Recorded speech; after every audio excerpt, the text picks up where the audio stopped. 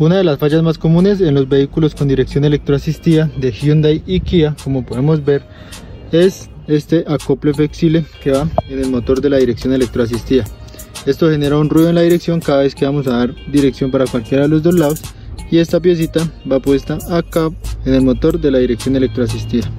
el cual, como es de caucho, se desgasta, se desintegra y deja de cumplir su función de amortiguar el giro del motor de la dirección electroasistida. Es una pieza que es bastante, digamos que bastante simple, pero pues genera un ruido bastante incómodo para el momento de la conducción.